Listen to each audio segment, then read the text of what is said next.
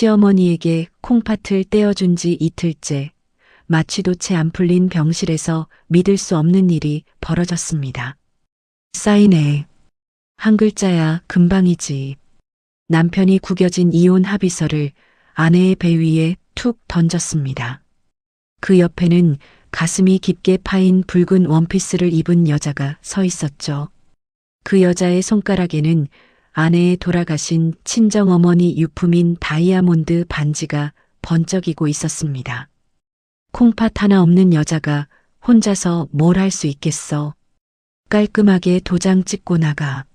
남편은 코웃음을 치며 말했습니다. 바들바들 떨며 매달릴 줄 알았던 아내는 갑자기 병실이 떠나가라 미친 듯이 웃기 시작했습니다. 그리고 망설임 없이 이혼 서류에 도장을 찍어 남편의 가슴팍에 내던졌습니다. 이렇게 쉽게 끝날 줄 몰랐거든. 고마워, 진심으로. 남편은 몰랐습니다. 아내가 왜 웃었는지, 그 이혼 서류가 자신의 무덤이 될 줄은 꿈에도 몰랐죠. 수술대에서 콩팥을 떼어준 며느리에게 남편은 왜 상간녀를 데리고 왔을까요? 아내는 대체 무엇을 준비해 두었길래 그토록 통쾌하게 웃었을까요? 그리고 이 여자의 반격은 상상을 초월하는 방식으로 시작됩니다. 사연 시작하기 전에 구독과 좋아요 눌러주시고 지금 어디에서 듣고 계신지 댓글을 남겨주시면 그곳에 행운과 건강이 가득하길 바라겠습니다. 오늘의 사연 시작합니다. 소독약 냄새가 진하게 배어있는 4층 1인실 병실이었습니다. 오후 2시 창밖으로 흐린 하늘이 낮게 내려앉아 있었죠. 이지연은 수술용 침대 위에 반쯤 몸을 일으킨 채 가만히 눈을 감고 있었습니다. 왼쪽 옆구리를 감싸고 있는 두꺼운 복대 사이로 핏빛 소독약이 살짝 번져나와 있었고 링거줄이 연결된 왼손은 힘없이 이불 위에 놓여 있었습니다. 콩팥 적출 수술을 마친 지 겨우 이틀째, 마취 기운이 채 가시지 않은 창백한 얼굴 위로 식은 땀이 송글송글 맺혀 있었죠. 쿵! 병실 문이 거칠게 열렸습니다. 이지연이 천천히 눈을 떴습니다. 강민수가 가슴이 깊게 파인 붉은 원피스를 입은 여자의 허리를 감싸 안은 채 당당하게 걸어 들어오고 있었습니다. 최유라였습니다. 최유라는 소독약 냄새가 역겹다는 듯 한 손으로 코를 막으며 병실 안을 둘러보았고 그 손가락 위로 다이아몬드 반지 하나가 날카롭게 빛을 뿌리고 있었습니다. 이지연의 눈동자가 그 반지 위에 딱 멈췄습니다. 돌아가신 친정어머니의 유품이었습니다. 이지연의 입술이 파르르 떨렸지만 이를 악물듯 입을 다물었습니다. 강민수가 침대 옆까지 성큼성큼 다가오더니 구겨진 서류 봉투를 꺼내 이지연의 배 위에 툭 던졌습니다. 사인해. 한 글자야 금방이지. 이지연이 서류를 내려다보았습니다. 이혼 합의서라는 글자가 선명하게 찍혀 있었죠. 뭐 멍하니 쳐다봐. 이, 혼, 암, 의, 서. 펜도 가져왔으니까 빨리빨리 해. 강민수가 볼펜 하나를 서류 위에 굴리듯 놓으며 코웃음을 쳤습니다. 수술한 지 이틀밖에 안 됐어. 마취도 안 풀렸는데 이게 뭐야? 그래서 손은 멀쩡하잖아. 도장 찍는데 콩팥이 필요한 거야? 아, 그건 우리 엄마한테 줬지. 고맙다. 그건 인정해 줄게. 강민수가 비죽 웃으며 침대 난간을 톡톡 두드렸습니다. 최유라가 킥킥 웃음을 터뜨리며 강민수의 팔짱을 꼈습니다. 오빠, 여기 소독약 냄새 진짜 토 나오겠다. 빨리 끝내고 나가자. 응? 알았어. 금방이야. 여기 오래 있을 것도 없어. 강민수가 최유라의 머리카락을 귀 뒤로 쓸어 넘겨주며 대답했습니다. 강민수가 다시 이지연을 내려다보며 입을 열었습니다. 아, 그리고 너 수술실 들어가고 나서 지갑 좀 빌렸다. 인감도장이랑 신분증. 보호자라고 하니까 간호사가 바로 주더라고. 내 지갑을 뒤졌다고? 내가 수술 받는 동안에? 뒤지긴 뭘 뒤져. 정당하게 받은 거지. 재산 포기 각서도 이미 다 처리해놨으니까. 네가 여기 누워서 끙끙대는 동안 나는 꽤 바빴어. 강민수가 손가락으로 관자놀이를 톡톡 치며 어깨를 으쓱했습니다. 최유라가 병실 창가 쪽으로 걸어가며 손가락의 반지를 일부러 햇빛에 비춰보았습니다. 오빠, 이 반지 볼 때마다 기분 좋아. 진짜 내 손가락에 딱이야. 마음에 들어? 원래 여기 누워있는 사람 엄마 거였는데 이제 내 거야. 죽은 사람한테는 반지가 필요 없으니까. 어머, 오빠 진짜 나빠. 근데 그래서 좋아. 최유라가 이지연을 향해 손가락을 살랑살랑 흔들어 보이며 희죽 웃었습니다. 이지연의 턱 근육이 단단하게 굳었습니다. 복대 아래 수술 자국이 욱신거렸지만 이지연은 이를 꽉 깨물며 고통을 삼켰습니다. 강민수가 팔짱을 끼고 침대 난간에 기대며 말했습니다. 솔직히 말할게. 콩팥 하나 없는 여자가 혼자서 뭘 할 수 있겠어. 깔끔하게 도장 찍고 나가. 위자료? 꿈에서나 받아. 위자료 같은 거 바란 적 없어. 이지연의 목소리가 낮게 깔렸습니다. 강민수가 고개를 갸웃거렸습니다. 바들바들 떨며 매달리거나 울면서 소리를 지를 줄 알았죠. 뭐야, 약 기운에 취했나? 슬프지도 않아? 슬프냐고? 이지연의 창백한 입술 사이로 가느다란 웃음이 흘러나왔습니다. 푸. 그 웃음이 점점 커졌습니다. 하하하하. 병실이 떠나갈 만큼 거침없는 웃음소리가 울려 퍼졌습니다. 링거줄이 흔들리고 심박수 모니터의 숫자가 요동쳤죠. 강민수의 표정이 딱 굳었습니다. 최유라도 웃음을 멈추고 한 발짝 뒤로 물러섰습니다. 야, 너 지금 뭐가 웃겨? 정신줄 놓은 거야? 아니, 미안. 그냥 너무 기뻐서 그래. 이지연이 손등으로 눈물을 훔치며 웃음을 가라앉혔습니다. 기쁘다고? 이혼당하는 게 기뻐? 이해하지. 완벽하게 이해해. 그래서 기쁜 거야. 이지연이 서류 위에 펜을 집어들었습니다. 이렇게 쉽게 끝날 줄 몰랐거든. 고마워, 진심으로. 이지연은 망설임 없이 이혼 합의서 서명란 위에 또박또박 이름을 적고 품에서 도장을 꺼내 힘차게 찍었습니다. 퍽! 서류를 접어 강민수의 가슴팍으로 세게 내던졌습니다. 됐지? 축하해. 강민수가 바닥에 떨어진 서류를 허둥지둥 주워들며 이지연의 얼굴을 쳐다보았습니다. 찝찝한 기분이 목구멍까지 차올랐지만 애써 허세를 부리며 입을 열었습니다. 뭐야, 의외로 깔끔하네. 빌어먹을 살림이나 했던 년이 뭘 더 바라겠어. 오빠, 백화점 명품관 예약 시간 지나겠다. 한정판 놓치면 오빠 탓이야. 최유라가 강민수의 팔을 잡아 끌었습니다. 알았어, 가자. 강민수가 서류를 주머니에 쑤셔 넣으며 돌아섰습니다. 문을 열다가 한번 뒤를 돌아보았습니다. 이지연이 웃고 있었습니다. 그 웃음이 등골을 서늘하게 만들었지만 강민수는 고개를 휙 돌리고 문을 쾅 닫았습니다. 두 사람의 발소리가 복도 끝으로 멀어져 갔습니다. 병실에 정적이 내려앉았습니다. 이지연의 얼굴에서 미소가 거짓말처럼 지워졌습니다. 눈빛이 칼날처럼 차갑게 변했죠. 이지연은 침대 맞은편 화병 틈새로 손을 뻗어 작은 검은 물체 하나를 집어 올렸습니다.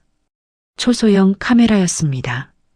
강민수가 이혼 합의서를 던지는 장면, 최유라가 반지를 자랑하는 장면, 강민수가 신분증을 훔쳤다고 자백하는 장면까지 모든 것이 선명한 화질로 담겨 있었죠. 사실 이지연은 수술 한 달 전 강민수의 양복 안주머니에서 호텔 영수증 2장을 발견한 날부터 모든 것을 알고 있었습니다.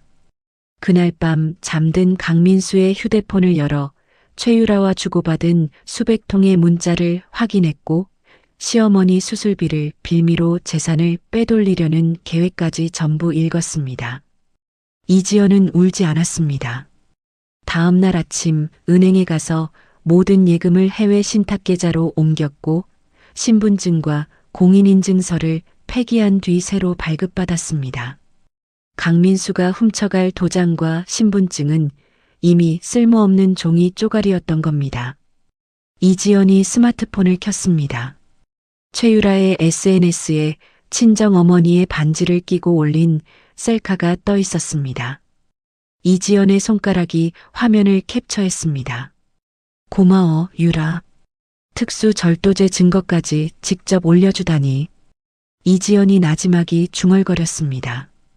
병원 주차장에서 강민수의 검은 외제차가 빠져나가고 있었습니다. 이지연의 눈빛이 그 차를 끝까지 따라갔습니다.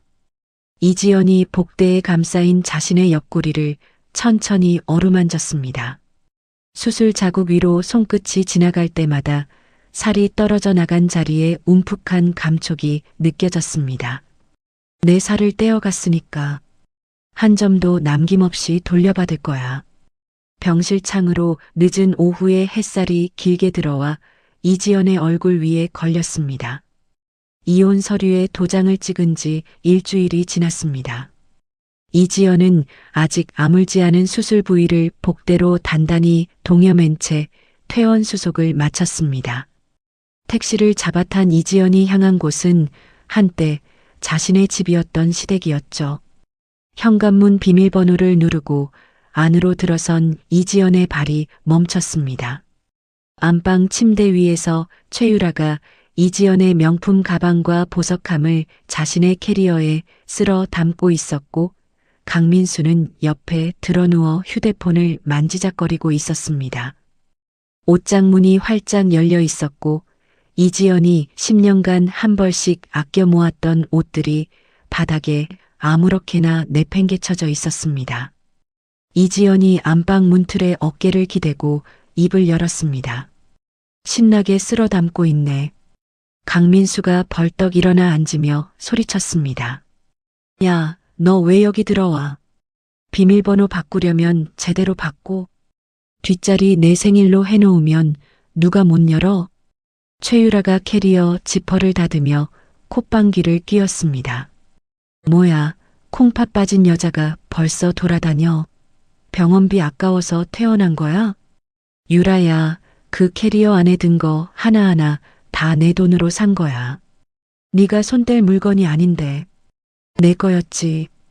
이젠 내 거야. 이 집 안에 있는 건 다 오빠 거고 오빠 거는 다 내 거니까.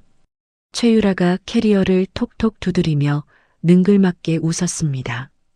이지연은 최유라를 더 이상 거들떠보지 않고 강민수를 똑바로 쳐다보았습니다. 내 지갑에서 가져간 인감도장이랑 신분증 잘 쓰고 있어? 잘 쓰고 있지.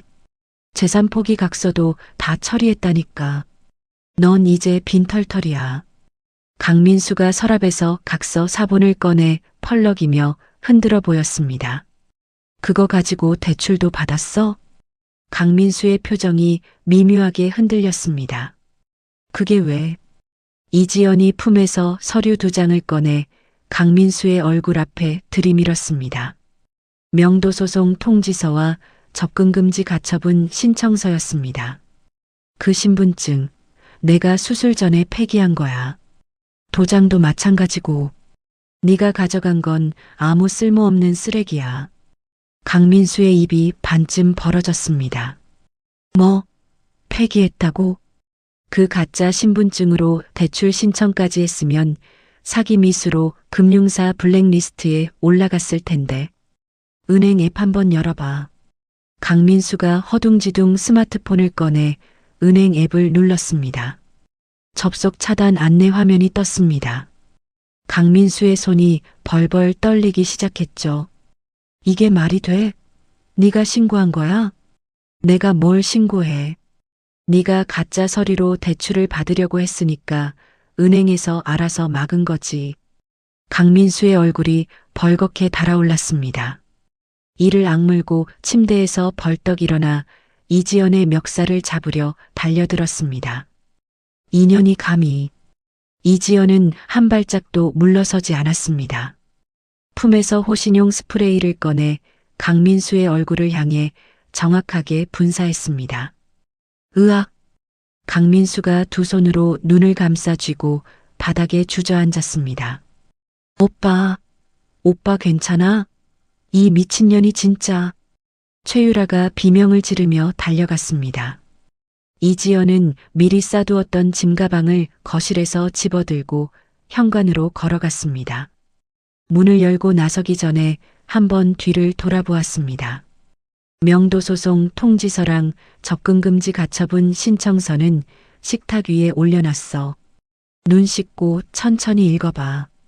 강민수의 욕설이 등 뒤로 쏟아졌지만 이지연은 현관문을 닫고 대문을 나섰습니다. 시댁에서 두 블록 떨어진 카페 안에 한 남자가 앉아 있었습니다. 이지연이 맞은편 자리에 앉자 남자가 두툼한 봉투 두 개를 테이블 위로 밀었습니다. 심부름센터 직원이었죠. 요청하신 자료 전부 들어 있습니다. 미래 장소 사진, 차량 블랙박스 복구 영상, 호텔 출입 기록까지 다 담았습니다. 이지연이 봉투를 열어 사진 몇 장을 훑어보았습니다. 추가로 확인된 게 있는데요. 최유라라는 여자, 과거에 불법 업소에서 일한 기록이 있습니다. 신분 세탁 정황까지 나왔고요. 더 있어요? 네. 강민수가 회사 공금을 빼돌려서 최유라 오피스텔 보증금을 대신 낸 정황도 잡혔습니다. 이지연이 서류를 한 장씩 넘기며 고개를 끄덕였습니다. 손끝 하나 떨리지 않았죠. 강민수 회사 임원 골프 모임이 다음 주 목요일이에요. 최유라는 같은 날 필라테스 센터에서 VIP 수업이 있고요. 같은 날이네. 딱 좋다. 이지연이 나지막이 중얼거리며 잠금 봉투를 건넸습니다. 그날 밤 이지연은 보안이 철저한 고급 레지던스 단기 임대룸에 짐을 풀었습니다. 진통제 두 알을 삼키고 거실 바닥에 앉았습니다. 수십 장의 증거 사진과 녹취록, 금융거래 내역서를 바닥에 넓게 펼쳐놓았습니다. 형광펜으로 날짜와 금액의 밑줄을 긋고 노트에 공격 순서를 하나하나 적어 내려갔습니다. 시댁 식구들의 만행을 가장 치명적으로 엮어낼 루트를 밤새 정리했죠. 텅 빈 방 안에서 링거 자국이 남은 손등을 내려다보았습니다. 10년간 시댁 식구들의 밥을 짓고 빨래를 개고 구박을 삼키며 버텨온 손이었습니다. 이지연은 그 손을 꽉 쥐었다 천천히 폈습니다. 처음이었습니다. 누구의 며느리도 누구의 아내도 아닌 온전한 자기 자신으로서 밤을 보내는 것이 조용한 방 안에 자신의 숨소리만 들리는 그 평온함이 10년 만에 느끼는 진짜 자유였습니다. 다음 날 아침 거울 앞에 선 이지연의 모습은 완전히 달랐습니다. 화장기 없던 촌스러운 며느리 복장 대신 세련된 검은 수트와 선글라스를 갖춰 입고 있었죠. 복대가 수트 안쪽에서 옆구리를 조이고 있었지만 이지연의 걸음에는 흔들림이 없었습니다. 서류 가방을 챙겨든 이지연은 시내에서 가장 승률이 높기로 소문난 대형 로펌의 유리문 앞에 섰습니다. 망설임 없이 문을 밀고 들어갔습니다. 안내 데스크에서 VIP 상담을 요청한 뒤 응접실로 안내받았습니다. 테이블 위에 증거물을 차례대로 나열하고 의자에 등을 기댄 채 담당 변호사를 기다렸죠. 접견실 문이 열렸습니다. 차가운 표정의 남자가 서류철을 들고 들어왔습니다. 한태경이었습니다. 이지연과 눈이 마주친 한태경의 걸음이 딱 멈췄습니다. 과거 고시생 시절 멘토링을 해주었던 선배의 초췌한 얼굴과 복대 사이로 보이는 수술 자국을 보았습니다. 한태경의 눈동자가 잠깐 흔들렸지만 이내 감정을 눌러 담고 의자를 당겨 앉았습니다. 선배님? 오랜만이네, 태경 씨. 이지연이 담담하게 웃었습니다. 한태경이 테이블 위의 서류들을 훑어보며 물었습니다. 이게 다 뭡니까? 내 전남편이 한 일이야. 전부. 한태경의 시선이 사진과 서류 위를 빠르게 오갔습니다. 턱 근육이 단단하게 굳더니 서류철을 펼쳐들었습니다. 하나도 빠짐없이 설명해 주세요. 전부 다 듣겠습니다. 이지연이 고개를 끄덕이며 첫 번째 서류를 짚었습니다. 한태경은 이지연이 내민 서류 뭉치를 한 장씩 넘기며 2시간 넘게 검토했습니다. 병실 녹화 영상, 미래 사진, 금융거래 내역서, 호텔 출입 기록까지 모든 자료를 꼼꼼히 훑어본 한태경의 입에서 낮은 탄식이 흘러나왔죠. 선배님, 이 정도면 민사가 아니라 형사로 가도 됩니다. 증거가 이렇게 완벽한 건 처음 봅니다. 형사로 갈 거야. 민수회사 공금 횡령 건도 같이 엮을 수 있지? 가능합니다. 다만 횡령을 입증하려면 회사 내부 장부가 필요한데 그게 문제예요. 이지연이 의자에 등을 기대며 말했습니다. 민수가 재무팀 김 과장을 갈아 넣은 적이 있어. 약은 수당 한 푼 안 주고 부려먹다가 내쫓았지. 그 사람이라면 협조할 거야. 한태경의 눈빛이 날카롭게 빛났습니다. 그 김 과장 연락처 알고 계십니까? 여기 있어. 이지연이 수첩에서 접어둔 종이 한 장을 꺼내 밀었습니다.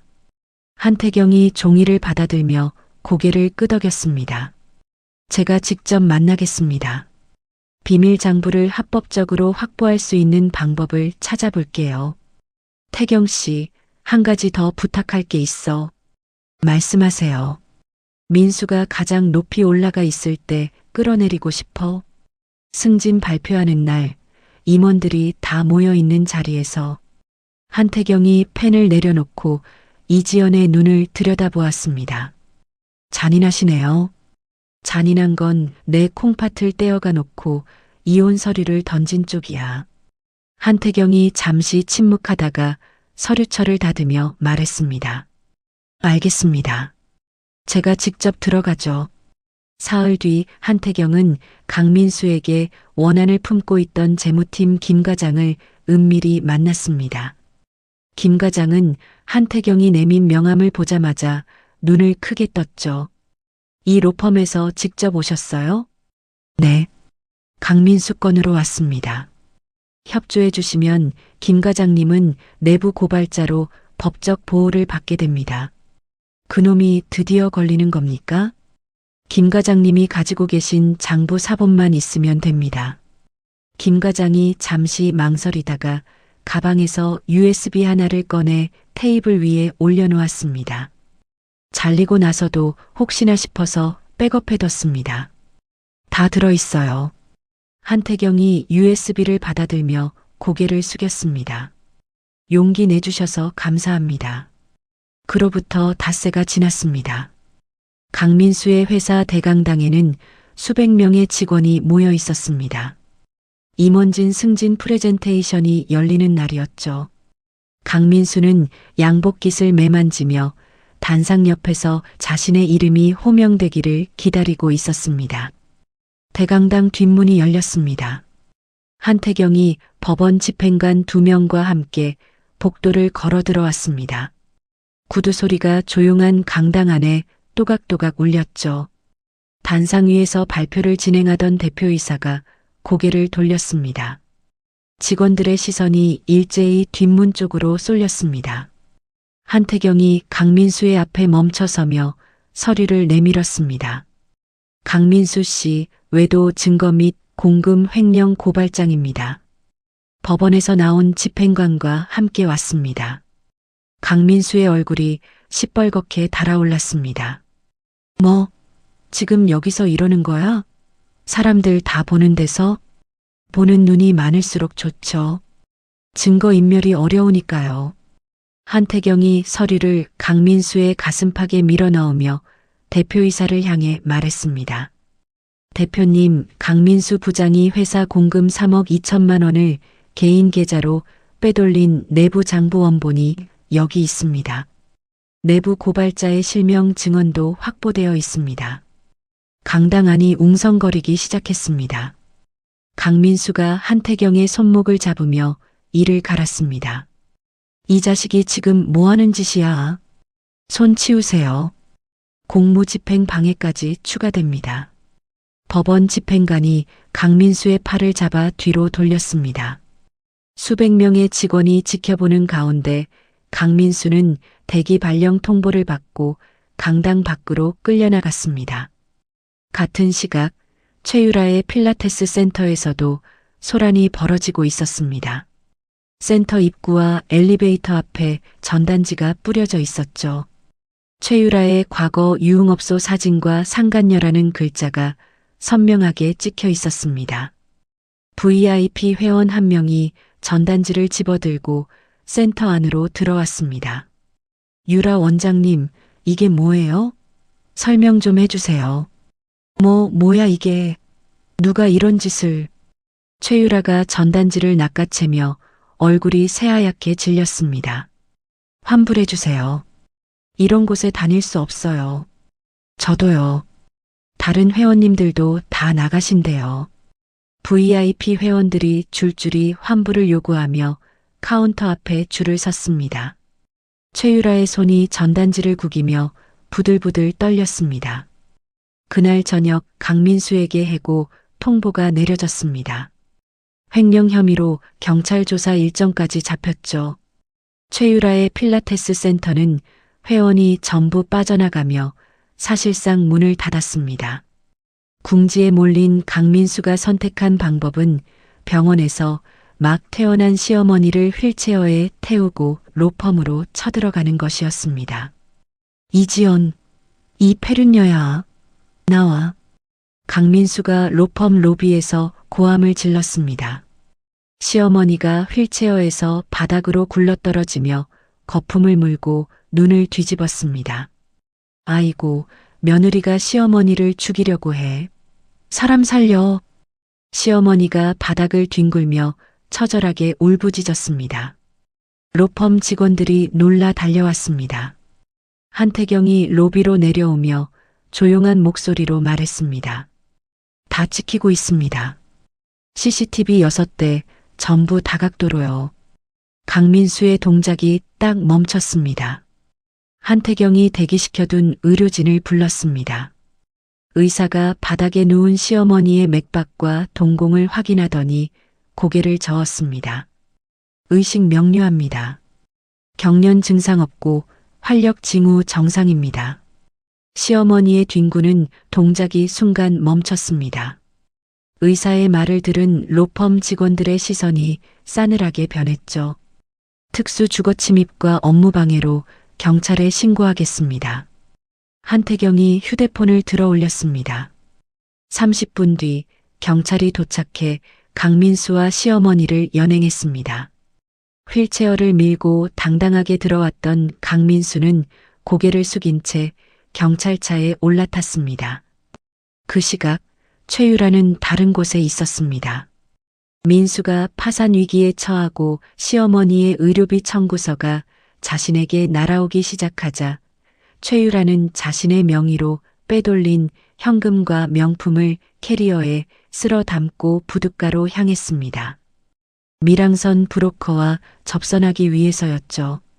부둣가 컨테이너 사이 어두운 골목에서 최유라가 두리번거리며 브로커를 기다리고 있었습니다. 여기 맞아? 사람이 왜 안 와? 최유라가 초조하게 휴대폰을 확인하는 순간 컨테이너 뒤편에서 검은 옷을 입은 사내 4명이 나타났습니다. 한태경이 고용한 사설 경호팀이었습니다. 동시에 부둣가 입구에서 해경 경비정의 경적이 울렸죠. 최유라 씨, 도주는 여기까지입니다. 경호팀장이 앞을 가로막으며 말했습니다. 최유라가 캐리어를 버리고 반대편으로 뛰려 했지만 이미 사방이 막혀 있었습니다. 미랑 자금으로 브로커에게 건넨 돈은 사기였고 여권과 계좌는 전부 가압류된 상태였습니다. 최유라가 차가운 부둣가 바닥에 주저앉아 강민수에게 전화를 걸었습니다. 오빠, 나 잡혔어. 살려줘, 제발. 닥쳐. 내가 지금 네 걱정할 처지야? 다 내 때문이잖아. 뚜뚜뚜. 강민수가 욕설을 퍼붓고 전화를 끊어버렸습니다. 최유라의 손에서 휴대폰이 미끄러져 바닥에 떨어졌습니다. 법적 압박과 재산 동결, 서로를 향한 원망으로 완전히 갈라진 강민수와 최유라의 처참한 몰락을 한태경은 이지연에게 전화로 보고했습니다. 선배님, 첫 번째 단계 마무리됐습니다. 이지연이 레지던스 창밖을 바라보며 대답했습니다. 수고했어, 태경 씨. 위자료랑 재산 분할 합의서 준비해줘. 이미 다 준비해뒀습니다. 이지연의 입꼬리가 천천히 올라갔습니다. 모든 법적 절차가 마무리된 2달 뒤였습니다. 위자료와 재산을 모두 되찾은 이지연은 한태경의 로펌 회의실에 앉아 있었죠. 테이블 위에는 유기농 디톡스 티 브랜드 사업 계획서가 펼쳐져 있었습니다. 선배님, 사업을 하시겠다고요? 응. 시댁에서 구박당하면서 몸이 망가졌을 때 내가 직접 산지를 돌며 찾아낸 레시피가 있어. 콩팥 이식 후유증 때문에 해독차를 연구했는데 이게 효과가 좋더라고.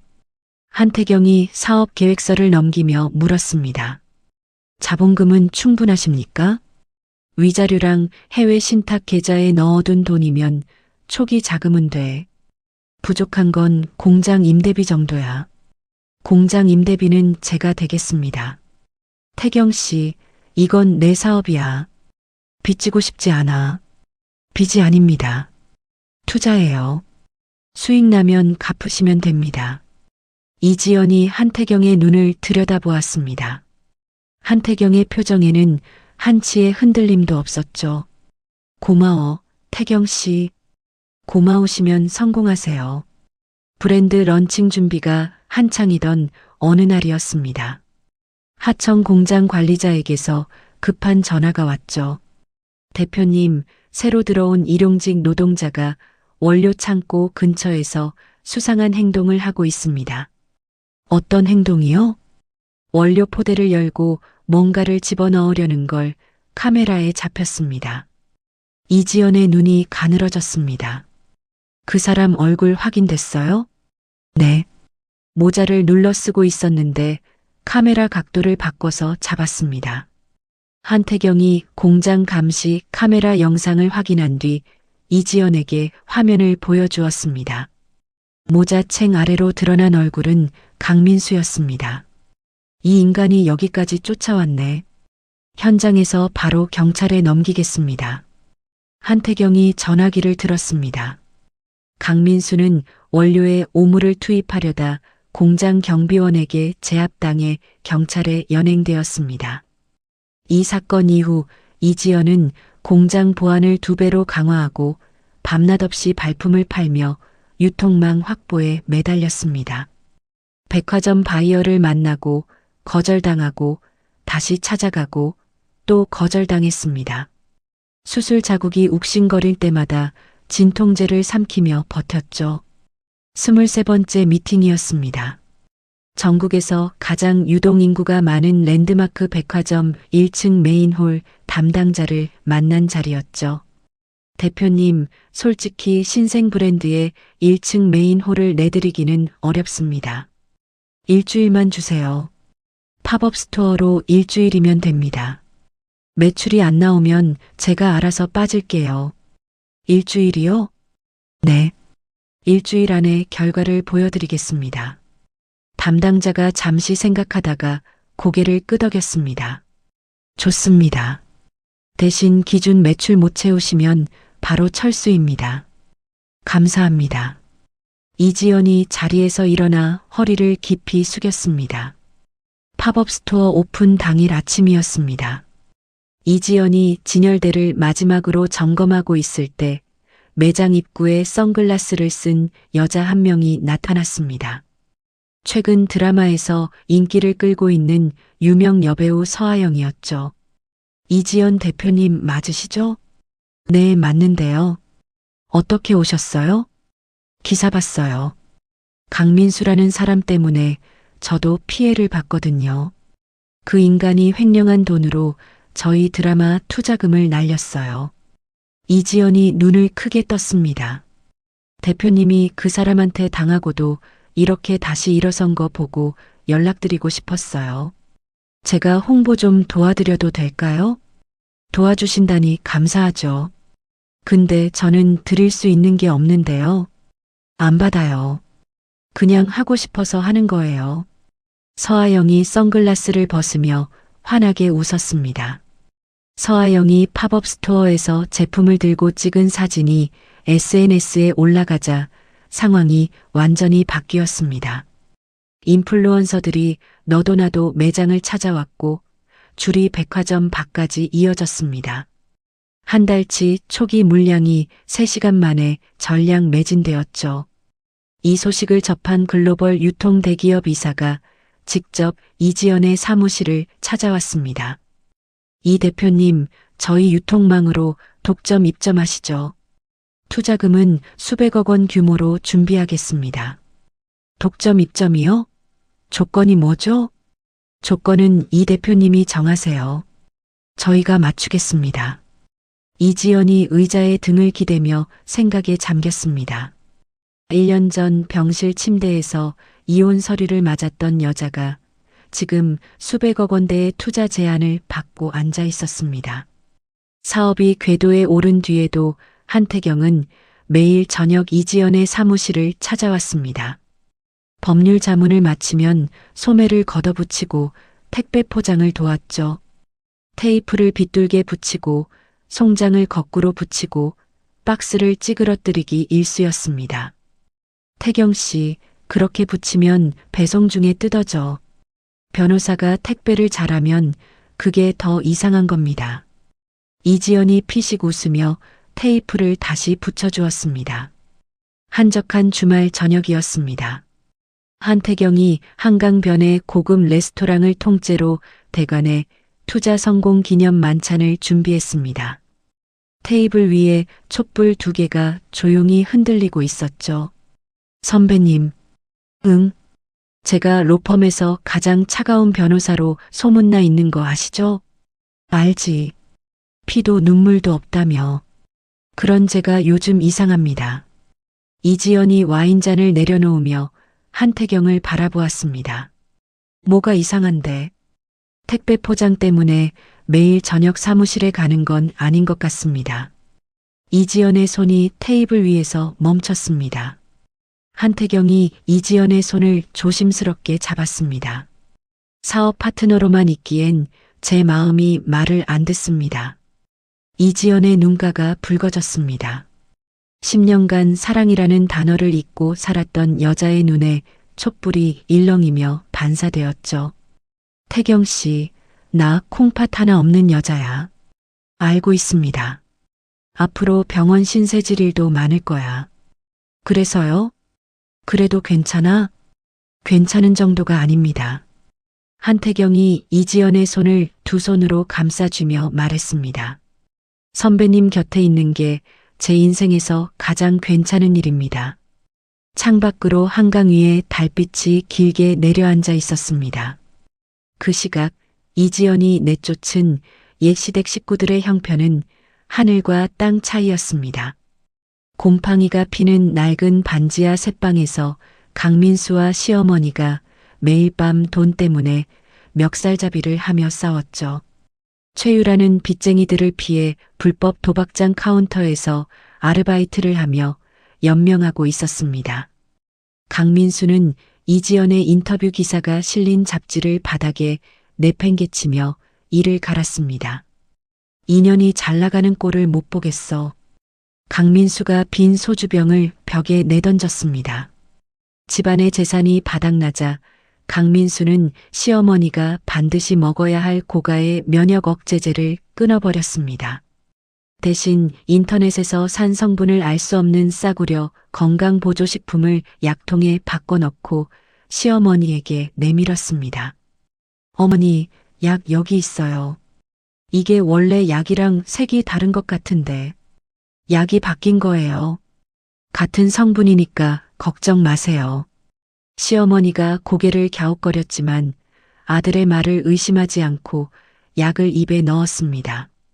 사업을 시작한 지 1년이 지났습니다.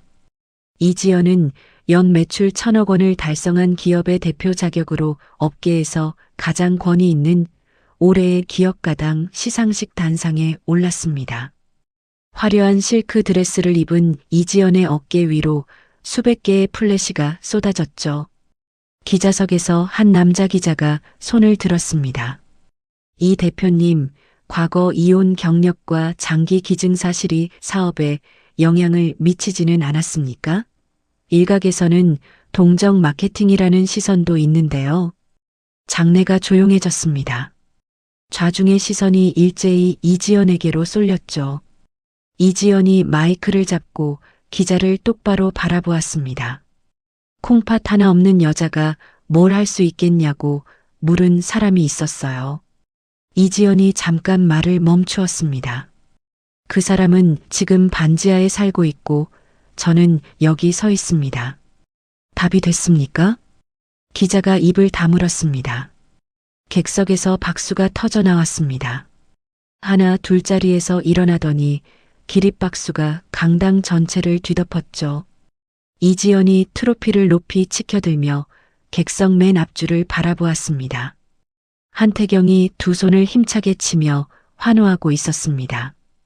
이지연의 눈과 한태경의 눈이 마주쳤습니다. 1년 전 병실 바닥에서 이혼 서류를 집어 던졌던 손이 지금 트로피를 쥐고 빛나고 있었죠. 시상식이 끝난 뒤 최고급 호텔 연회장에서 VIP 축하 파티가 열렸습니다. 샹들리에 아래로 각계각층의 유명 인사들이 모여 있었습니다. 대기업 회장이 샴페인 잔을 들고 이지연에게 다가왔습니다. 이 대표님, 요즘 재계에서 가장 뜨거운 이름이시더라고요. 다음에 식사 한번 하시죠. 과찬이세요. 기회되면 꼭 자리 만들겠습니다. 겸손하시기까지. 앞으로가 더 기대됩니다. 이지연이 미소로 답하며 다른 하객들과 인사를 나누었습니다. 1년 전만 해도 병실 침대에서 이혼 서류를 맞던 여자였습니다. 지금은 이 자리에 있는 누구도 그 사실을 믿지 못할 만큼 이지연의 눈빛이 달라져 있었죠. 파티장 단상에 오른 이지연이 마이크를 잡았습니다. 장내가 조용해졌죠. 오늘 한 가지 발표가 있습니다. 이지연이 객석을 천천히 둘러보며 말을 이었습니다. 저는 과거에 경제적으로 착취당하고 가정에서 폭력을 겪었습니다. 그때 손 내밀어주는 사람이 아무도 없었어요. 혼자서 병원 복도를 걸으면서 이대로 죽는 건가 싶었던 밤이 있었습니다. 장내가 숨을 죽였습니다. 같은 상황에 놓인 여성들이 저처럼 혼자 울지 않도록 자립지원재단을 설립합니다. 초기 기금은 제 개인 자산에서 50억 원을 출연하겠습니다. 박수가 다시 쏟아졌습니다. 눈시울을 붉히는 하객도 보였죠. 한태경이 객석에서 일어나 단상 앞으로 걸어왔습니다. 이지연의 손을 조심스럽게 잡고 객석을 향해 말했습니다. 이지연 대표의 성공을 진심으로 축하합니다. 그리고 이 자리에서 한 가지 약속드리겠습니다. 재단의 법률 자문을 무기한 무료로 맡겠습니다. 이지연이 한태경을 바라보았습니다. 한태경의 눈이 웃고 있었죠. 건배. 두 사람이 동시에 샴페인 잔을 높이 들었습니다. 연회장 전체가 잔을 들어 올리며 화답했습니다.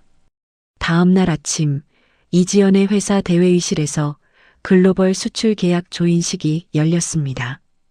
유럽과 북미 시장 진출을 위한 수천만 달러 규모의 초대형 계약이었죠. 이 대표님, 저희가 여러 브랜드를 검토했지만 이만한 제품력은 처음입니다. 글로벌 시장에서 반드시 성공할 겁니다. 해외 유통사 대표가 계약서를 내밀며 말했습니다. 감사합니다. 좋은 파트너가 되겠습니다. 이지연이 펜을 들어 계약서에 서명했습니다. 회의실 안에서 박수가 터졌죠. 숨가쁜 일정을 마친 주말이었습니다. 한태경이 비밀리에 매입해둔 바다가 보이는 절벽이 별장으로 두 사람은 조용히 떠났습니다. 별장 테라스에 나란히 앉아 이지연이 직접 우려낸 차를 마시고 있었습니다. 따뜻한 햇살이 두 사람의 어깨 위로 내려앉았죠.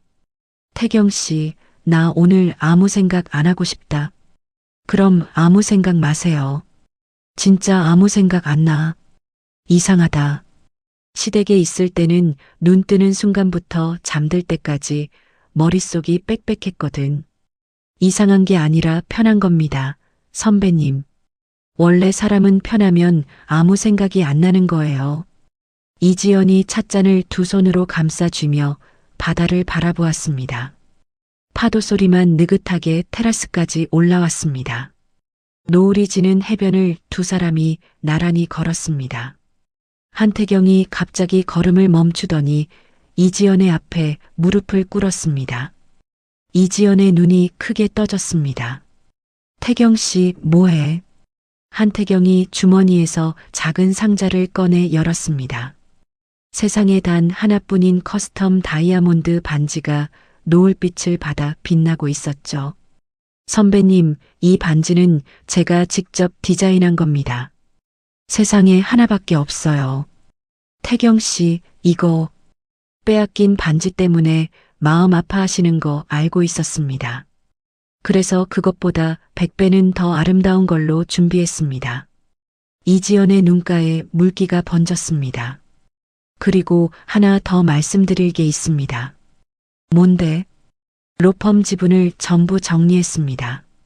내일부터 선배님 회사의 법무총괄 이사로 출근하겠습니다. 뭐? 로펌을 그만뒀다고? 태경 씨, 그건 너무 큰 결정이야. 혼자 마음대로 하면 어떡해.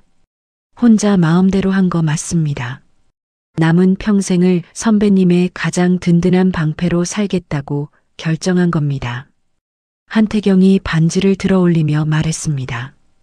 이지연 대표님, 저와 결혼해 주시겠습니까? 이지연의 입술이 떨렸습니다. 눈에서 눈물이 한 줄기 흘러내렸지만 입꼬리는 올라가 있었습니다. 콩팥 하나 없는 여자인데. 그래서 제가 2개 가지고 있는 겁니다. 하나는 선배님 몫이에요. 이지연이 웃음을 터뜨렸습니다.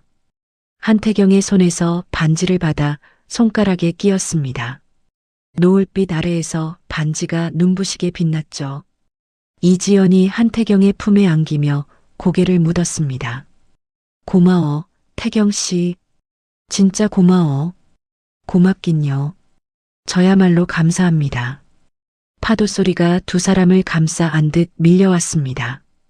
이지연의 성공 이야기는 다큐멘터리와 뉴스를 통해 끊임없이 보도되었습니다.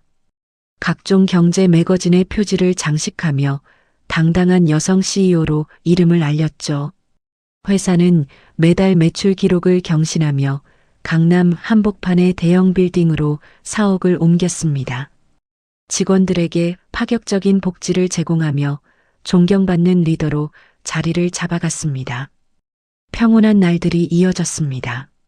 누구도 이 행복에 금이 갈 거라고는 생각하지 못했습니다. 평온한 일상이 이어지던 어느 날 아침 8시였습니다. 이지연이 출근 준비를 하며 거실 TV를 켰죠. 뉴스 사회면에 모자이크 처리된 앙상한 얼굴 하나가 화면 가득 떠올랐습니다. 콩팥 이식 환자가 길거리에서 쓰러져 의식불명 상태로 발견되었습니다. 환자는 극심한 장기 부전 증세를 보이고 있으며 이지연의 손이 리모컨 위에서 멈췄습니다. 모자이크 너머로 보이는 마른 체형과 휠체어의 윤곽이 눈에 익었습니다. 옛 시어머니였죠. 이지연이 한태경에게 전화를 걸었습니다. 태경 씨, 뉴스 봤어? 지금 확인하고 있습니다. 시어머니 장기 부전 원인이 이식 거부 반응이 아니라 면역 억제제 복용 중단이래요. 면역 억제제를 왜 끊어? 그걸 끊으면 죽는 거잖아. 그게 문제입니다. 강민수가 약을 바꿔치기 한 정황이 있다고 합니다. 이지연의 손에 힘이 들어갔습니다. 자신이 떼어준 콩팥이 가짜 약 때문에 망가지고 있다는 사실이 목구멍까지 치밀어 올랐죠. 그런데 진짜 문제는 그 다음이었습니다. 이틀 뒤 이지연의 회사 로비에 카메라를 든 남자 대여섯 명이 몰려들었습니다. 악질 유튜버들이었죠. 이지연 대표, 시어머니한테 콩팥 뜯기고 내다 버린 게 사실입니까? 시어머니가 길에서 죽어가는데 왜 모른 척합니까? 직원들이 당황하며 막아섰지만 유튜버들은 카메라를 들이대며 고함을 멈추지 않았습니다. 비켜요. 국민이 알 권리가 있다고. 한 유튜버가 로비 화분을 발로 차 넘어뜨렸습니다. 흙이 바닥에 쏟아지고 직원 한 명이 비명을 질렀죠. 같은 시각 온라인 커뮤니티에서 이지연의 가짜 영상이 퍼지기 시작했습니다. 병실에서 시어머니를 향해 비웃으며 저주하는 이지연의 모습이 담긴 영상이었죠. 최유라가 만든 딥페이크 영상이었습니다. 영상은 하루 만에 조회수 수백만을 찍었습니다. 댓글창은 이지연을 향한 욕설로 도배되었죠. 패륜녀 이지연 구속시켜라. 시어머니 콩팥 뜯어먹고 버린 악마. 불매운동 시작합니다. 이지연의 회사 앞에 시위대가 몰려왔습니다. 불매를 선언하는 피켓과 텐트가 정문 앞을 뒤덮었죠. 회사 메인 서버가 해커들의 공격으로 완전히 다운되면서 온라인 판매가 전면 중단되었습니다. 고객센터 전화기가 쉴 틈 없이 울렸습니다. 환불해주세요. 살인자 회사 물건 쓸 수 없어요. 협박 전화입니다. 대표님. 어떻게 할까요? 직원들의 얼굴이 하얗게 질려 있었습니다. 겁에 질린 직원들이 하나둘씩 사직서를 내밀기 시작했죠. 대표님, 죄송합니다. 저 가족이 있어서 더는 못 버티겠습니다. 대표님을 믿지만 밖에 나가면 사람들이 저한테까지 욕을 해요. 이지연이 고개를 끄덕이며 사직서를 받았습니다. 붙잡을 수 없었습니다. 손가락 끝이 차갑게 식어가고 있었죠. 설상가상이었습니다. 수천만 달러의 계약을 맺었던 글로벌 유통사에서 내용 증명이 날아왔습니다. 기업 이미지 훼손을 사유로 계약을 해지하며 위약금으로. 한태경이 내용 증명을 읽다가 입을 다물었습니다. 위약금 액수가 회사 전체 자산의 절반에 달했죠. 선배님, 긴급 주주총회를 소집해야 합니다. 주주들한테 직접 해명하셔야 해요. 알았어. 소집해줘. 주주총회장에 들어선 이지연을 맞이한 것은 오물이었습니다. 앞줄에 앉아있던 주주 한 명이 계란을 집어던졌죠. 사기꾼, 대표이사직 내려놔. 우리 투자금 돌려내. 이지연이 단상에 올라 마이크를 잡으려는 순간 또 다른 주주가 생수병을 던졌습니다. 생수병이 이지연의 어깨를 스치고 바닥에 떨어졌죠. 여러분, 제 말을 먼저 들어주십시오. 들을 것도 없어. 당장 물러나. 고함과 야유가 쏟아졌습니다. 이지연의 가슴이 답답하게 조여왔습니다. 왼쪽 옆구리 콩팥을 떼어낸 자리가 바늘로 찌르는 듯 아프기 시작했죠. 숨이 가빠졌습니다. 마이크를 쥔 손에서 힘이 빠져나갔습니다. 이지연이 왼쪽 옆구리를 움켜쥐며 단상 위에서 무릎을 꿇었습니다. 대표님, 직원 한 명이 소리쳤습니다. 이지연의 몸이 앞으로 고꾸라졌습니다. 단상 바닥에 얼굴을 부딪히며 그대로 의식을 잃었죠. 한태경이 객석에서 뛰어 올라왔습니다. 군중을 밀치고 단상 위로 올라가 식은땀을 흘리는 이지연을 안아들었습니다. 비켜요. 다 비키라고. 한태경이 이지연을 안은 채 총회장을 빠져나가 주차장으로 뛰었습니다. 차 문을 열고 이지연을 뒷좌석에 눕힌 뒤 병원 응급실로 미친 듯이 달렸죠. 응급실 침대에 누운 이지연이 간신히 눈을 떴습니다. 한태경이 침대 옆에서 이지연의 손을 꽉 잡고 있었습니다. 선배님, 정신 드세요? 태경 씨, 나 괜찮아. 괜찮지 않습니다. 수술 부위에 염증 수치가 올라갔대요. 당분간 절대 안정이래요. 이지연이 고개를 돌려 창밖을 바라보았습니다. 병원 정문 앞에 영정 사진과 플래카드를 든 시위대가 서 있었습니다.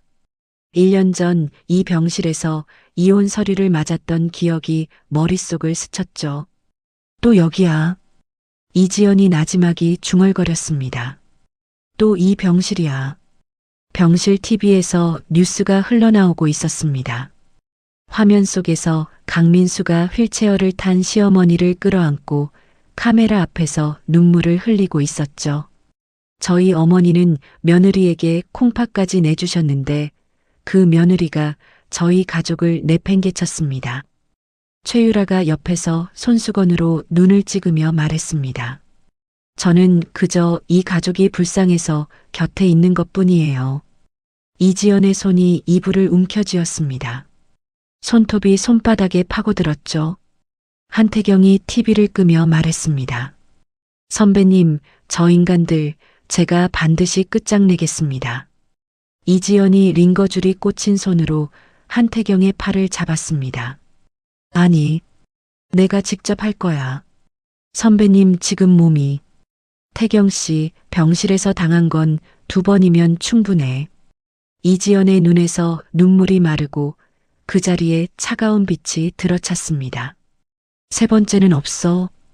이지연이 응급실 병상에서 깨어난 다음 날 아침이었습니다.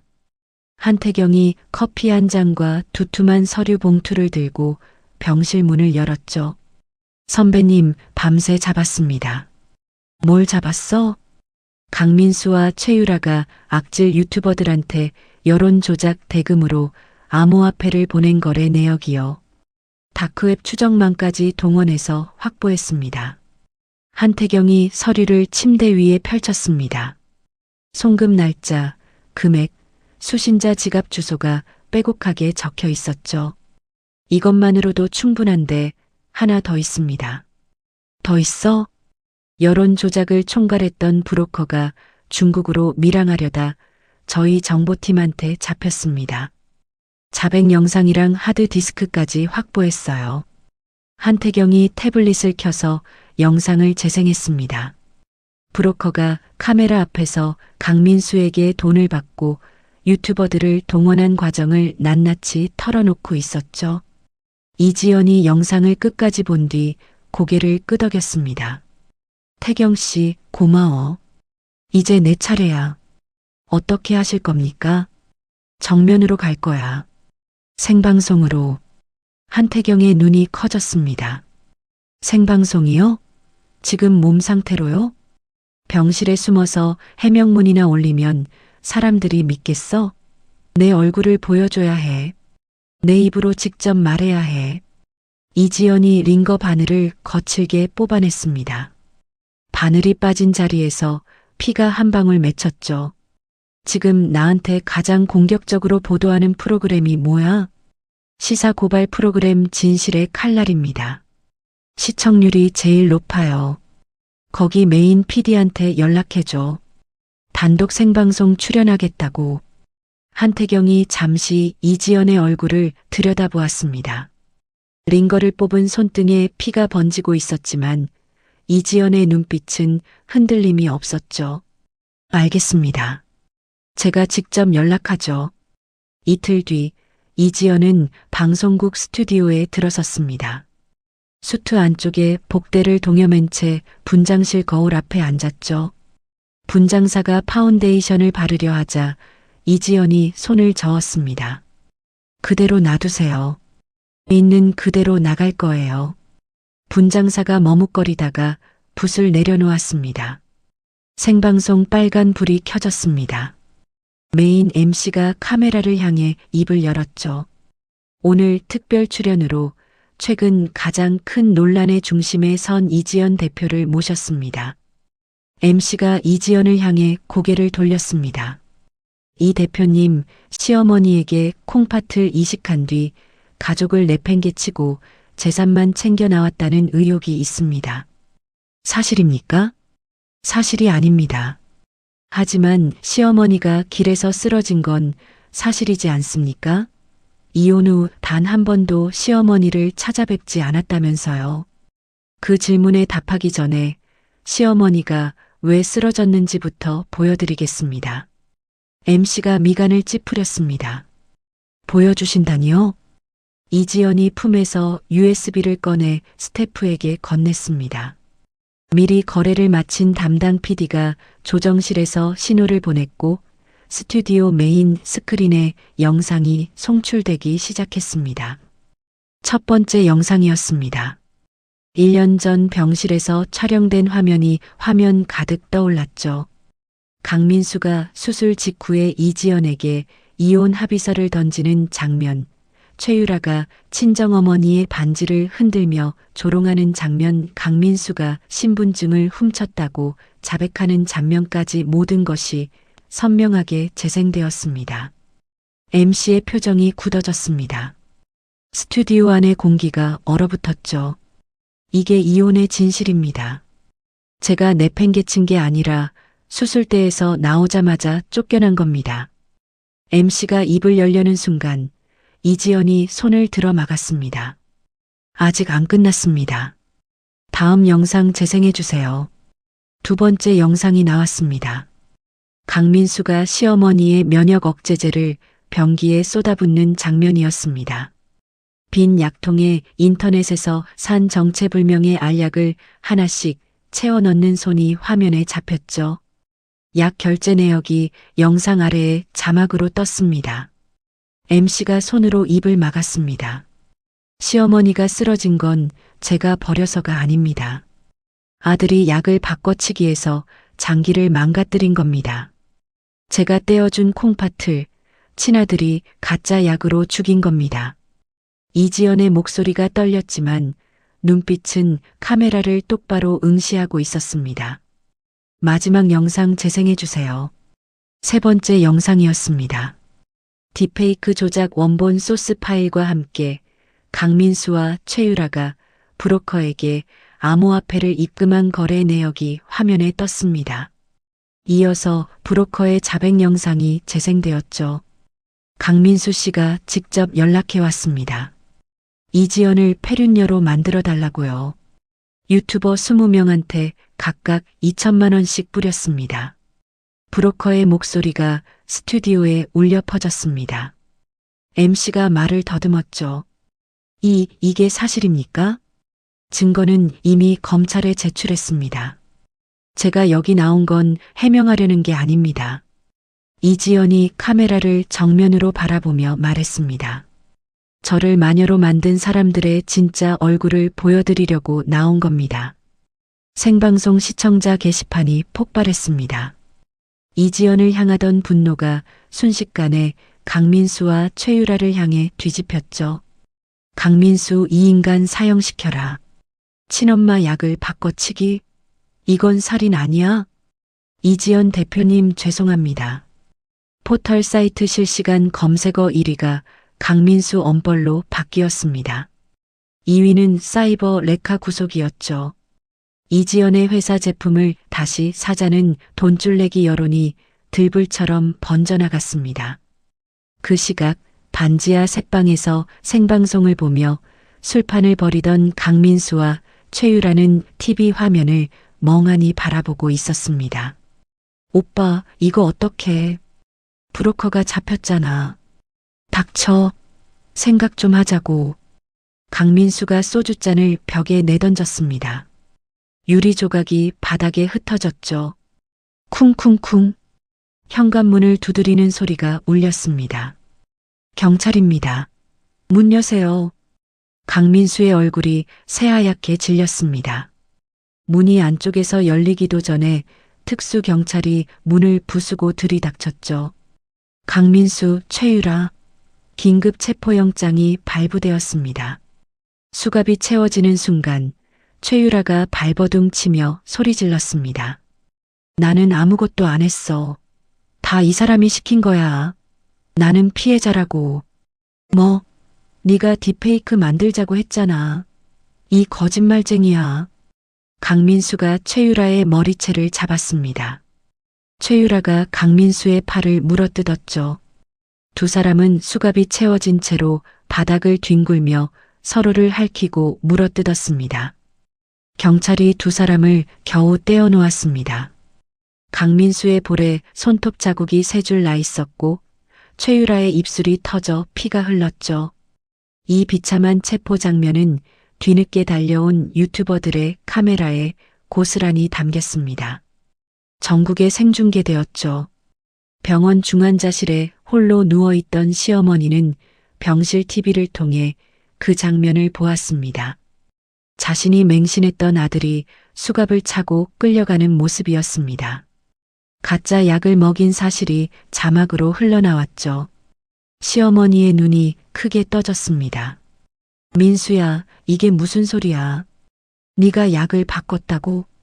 대답하는 사람은 아무도 없었습니다. 시어머니의 몸이 격하게 떨리기 시작했습니다. 손이 산소호흡기를 움켜쥐더니 잡아 뜯으려 발버둥 쳤죠. 간호사들이 달려와 시어머니를 제압했습니다. 시어머니는 침대 난간을 잡고 버티다가 바닥으로 굴러떨어졌습니다. 민수야, 엄마한테 이럴 수 있어. 엄마한테.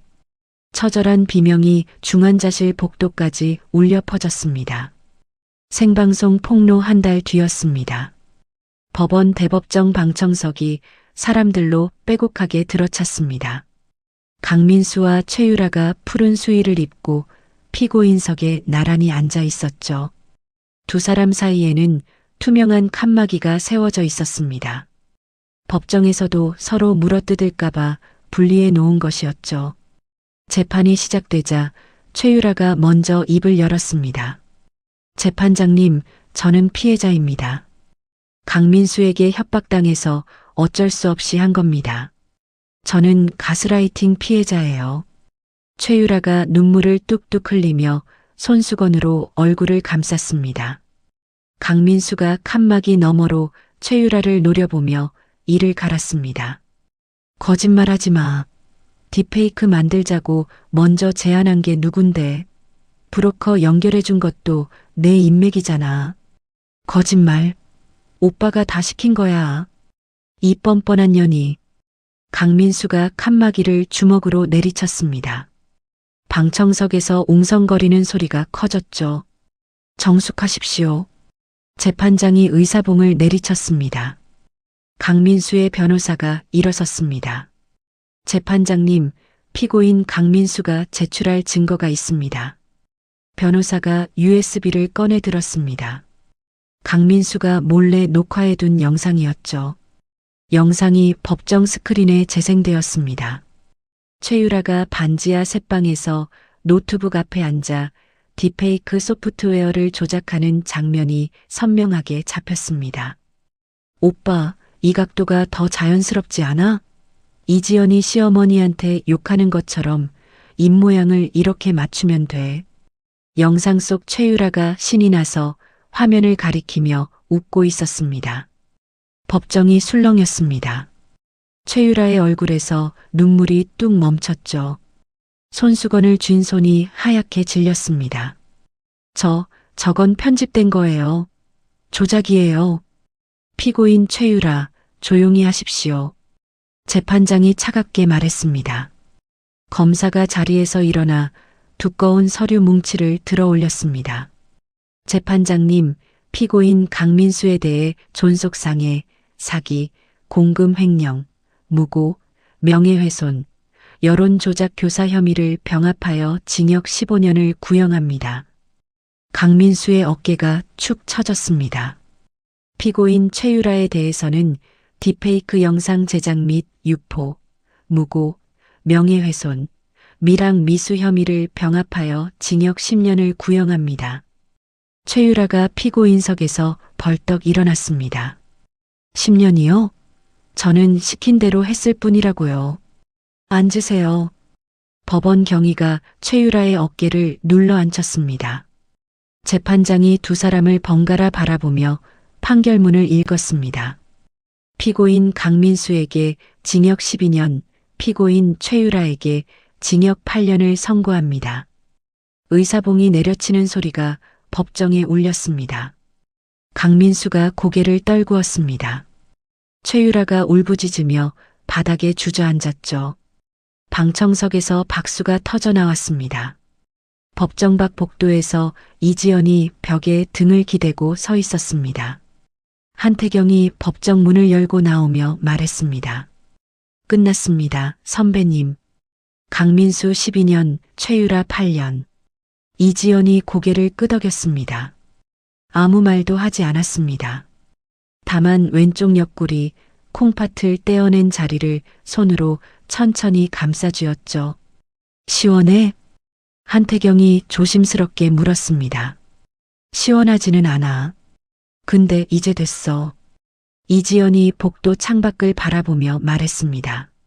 진짜 끝났구나 싶어. 며칠 뒤 싸구려 요양병원 독방에서 시어머니가 이지연에게 전화를 걸었습니다. 지연아. 네. 나 좀 살려다오. 민수가 감옥에 가고 나니까 아무도 안 와. 밥도 제대로 안 나오고 약도 없어. 이지연이 잠시 말이 없었습니다. 어머니, 제가 드린 콩팥 기억하세요? 그럼. 기억하지. 그 콩팥 지금 어떻게 됐는지 아세요? 아드님이 가짜 약을 먹여서 망가뜨렸어요. 제 살점을 떼어드렸는데 그걸 아드님이 쓰레기로 만든 거예요. 전화기 너머로 시어머니의 숨소리가 거칠어졌습니다. 그때 어머니가 저한테 뭐라고 하셨는지 기억나세요? 며느리가 시어머니한테 콩팥 주는 건 당연한 거라고 하셨잖아요. 지연아, 내가 잘못했다. 제발, 저도 잘못한 거 있어요. 당연하다는 말을 그냥 들은 게 잘못이에요. 이지연이 잠깐 숨을 고르고 말을 이었습니다. 어머니한테 보낼 게 하나 있어요. 내일 도착할 거예요. 다음 날 요양병원 독방에 택배 하나가 도착했습니다. 시어머니가 떨리는 손으로 상자를 열었죠. 안에는 전신 거울 하나만 들어 있었습니다. 시어머니가 거울 앞에 섰습니다. 앙상하게 마른 얼굴, 푹 꺼진 눈, 갈라진 입술이 비쳤습니다. 며느리의 콩팥으로 연명하면서도 며느리를 짓밟았던 자신의 얼굴이었죠. 시어머니의 다리에서 힘이 빠졌습니다.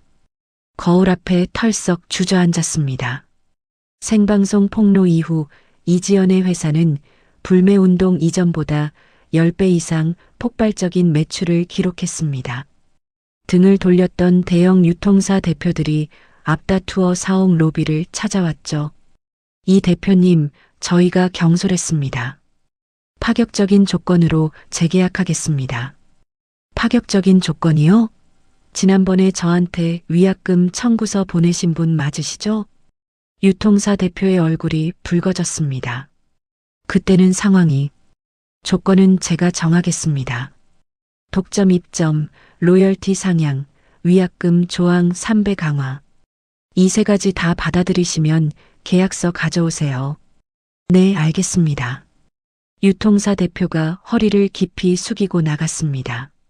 모든 위기를 이겨낸 이지연과 한태경은 결혼을 준비했습니다.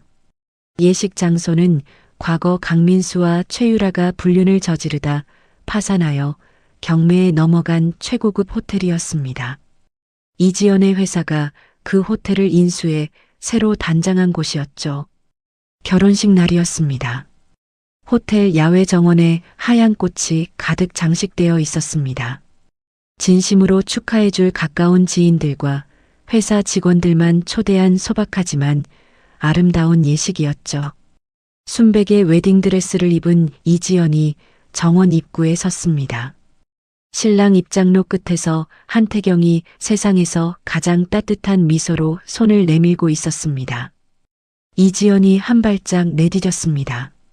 1년 반 전 병실 침대에서 이혼 서류를 맞았던 발이었습니다. 링거를 꽂은 채 창밖을 내다보며 복수를 다짐했던 발이었죠. 지금 그 발은 하얀 구두를 신고 꽃길 위를 걷고 있었습니다. 이지연이 한태경의 손을 잡았습니다. 선배님 아름답습니다. 태경 씨, 나 오늘 울 것 같아. 우세요. 오늘은 울어도 되는 날입니다. 이지연의 눈에서 눈물이 흘러내렸습니다. 웃으면서 우는 얼굴이었죠. 그로부터 3년이 흘렀습니다.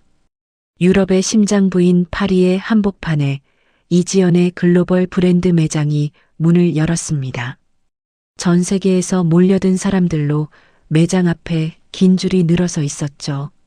매장 외부의 거대한 전광판에 이지연의 얼굴이 떠 있었습니다. 한국의 대표적인 여성 CEO라는 자막이 함께 흘렀죠.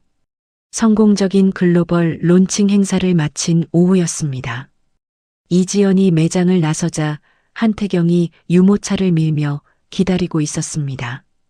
유모차 안에서 2살배기 딸이 까르르 웃으며 두 팔을 뻗었죠. 엄마. 이지연이 딸을 안아 올렸습니다. 한태경이 이지연의 어깨를 감싸며 말했습니다. 오늘 파리 날씨 좋다. 강변 산책할까? 좋지. 세 가족이 세느강 변을 걸었습니다. 따뜻한 햇살이 세 사람의 어깨 위로 내려앉았습니다. 딸이 이지연의 품에서 한태경의 얼굴을 만지며 웃었죠. 아빠. 왜 우리 딸. 아빠 코 커. 한태경이 웃음을 터뜨렸습니다. 이지연도 따라 웃었죠. 병실에서 이혼 서류를 맞던 그날의 기억은 이미 빛바랜 흑백 사진처럼 멀어져 있었습니다. 이지연이 걸음을 멈추고 세느강 위로 번지는 햇살을 바라보았습니다. 왼쪽 옆구리의 수술 자국이 수트 안쪽에서 희미하게 느껴졌습니다. 콩팥 하나 없는 여자라고 비웃던 목소리는 이제 아무 힘도 없었죠. 한태경이 이지연의 손을 잡았습니다. 무슨 생각해? 아무 생각 안 해. 또? 응. 또? 이지연이 한태경을 바라보며 웃었습니다. 세상에서 가장 편안하고 가장 통쾌한 미소였습니다. 여기까지가 오늘의 사연이었습니다. 콩팥 하나를 떼어주고도 병실에서 이혼 서류를 맞았던 이지연은 끝내 자신의 힘으로 일어섰습니다. 누군가는 복수라고 말할 수도 있겠지만 이지연이 한 것은 자기 자신을 되찾는 일이었습니다. 남의 아내로, 남의 며느리로 10년을 살며 잊고 있었던 자기 자신의 이름을 다시 불러준 것이죠. 이 사연에서 우리가 배울 수 있는 것은 단 하나입니다. 어떤 상황에서도 나 자신을 포기하지 않으면 반드시 다시 일어설 수 있다는 것입니다. 아무리 깊은 바닥이라도 두 발로 딛고 서면 그곳이 새로운 시작이 됩니다. 나이가 들수록 참는 것이 미덕이라고들 합니다. 하지만 참아야 할 것과 참지 말아야 할 것은 분명히 다릅니다. 내 존엄을 짓밟는 것까지 참을 필요는 없습니다. 오늘 이 사연을 들으시는 여러분 모두 자기 자신을 가장 소중하게 여기는 하루가 되셨으면 좋겠습니다. 오늘 사연이 마음에 드셨다면 구독과 좋아요 한번 꼭 눌러주세요. 여러분의 구독 한 번이 더 좋은 사연을 만드는 큰 힘이 됩니다. 그리고 오늘 사연에서 가장 마음에 남은 장면이 있으시면 댓글로 남겨주세요. 여러분의 댓글 하나하나 소중히 읽고 있습니다. 항상 건강하시고 오늘도 행복한 하루 보내세요. 감사합니다.